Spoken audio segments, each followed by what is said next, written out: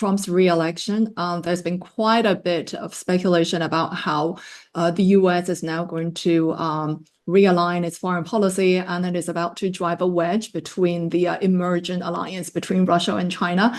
How likely, question to both of you, how likely do you see that happening?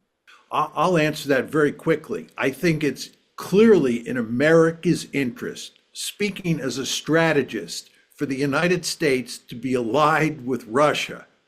And that way, the United States can concentrate on containing China. And as you know, I've long argued that the United States should try to prevent China from dominating Asia, from becoming a regional hegemon.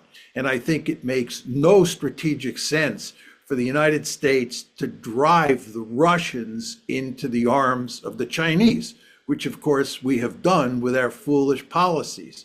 So your question is it likely that we will change our policy and that we will end up having good relations with Russia and, in a sense, separating the Russians from the Chinese?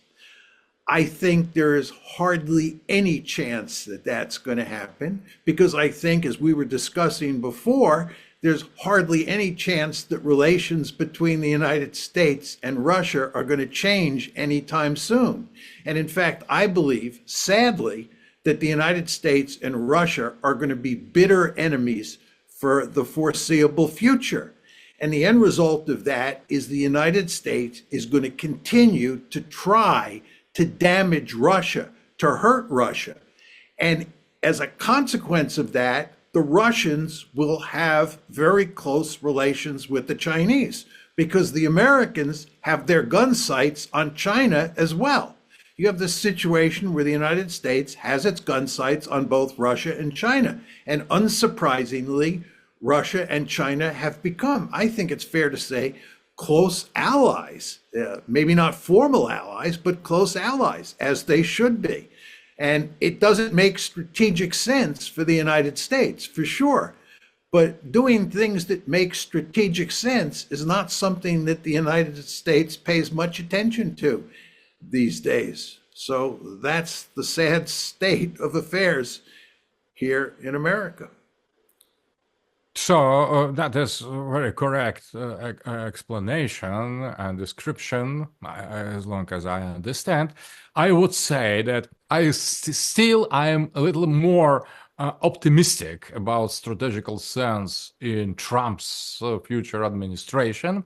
I observe some trends inside of appointments and some people that I have contact with from newly established American Trump's administration, that are the signs that maybe, I hope, there will be more strategical dimension in the future American policy, international relations. Relying on these sources or these presumptions, I would say, I could say that Trump will try to rebalance a little bit relations with Russia and China in favor of Russia and against China. That is not only his subjective, individual understanding, but that is the logic, as Mr. Mearsheimer has said, the logic of strategical attitude. And I think that at some point, the new administration of Trump will try to make not peace, but just to calm down relations with Russia and to try to, I would say, to sabotage these strategical alliance, growing alliance between Russia and China.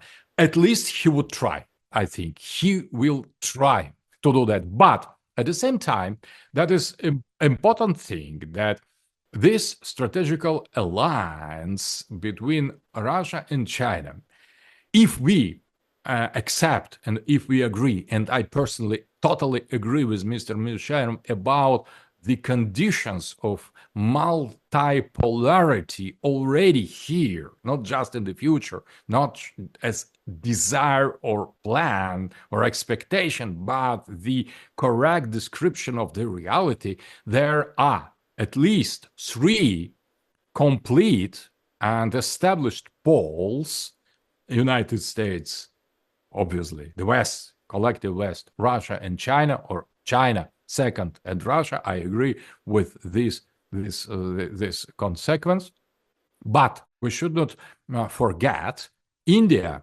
Akhand Bharat, Greater India, emerging as well as independent player, not on the side of China, not on the side of United States, not on the side of the Russia, but as something independent. And the Islamic world now very, very weak, I agree, but Islamic world, Africa, Latin America, new emerging poles, maybe would-be poles, the future poles of multipolarity, they are already here. They are already in BRICS.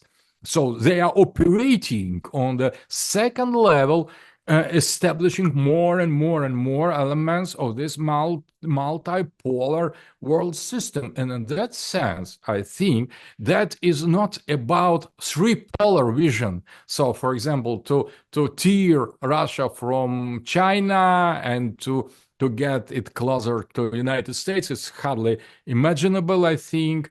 But at the same time, I think that United States, Washington, will try to do that.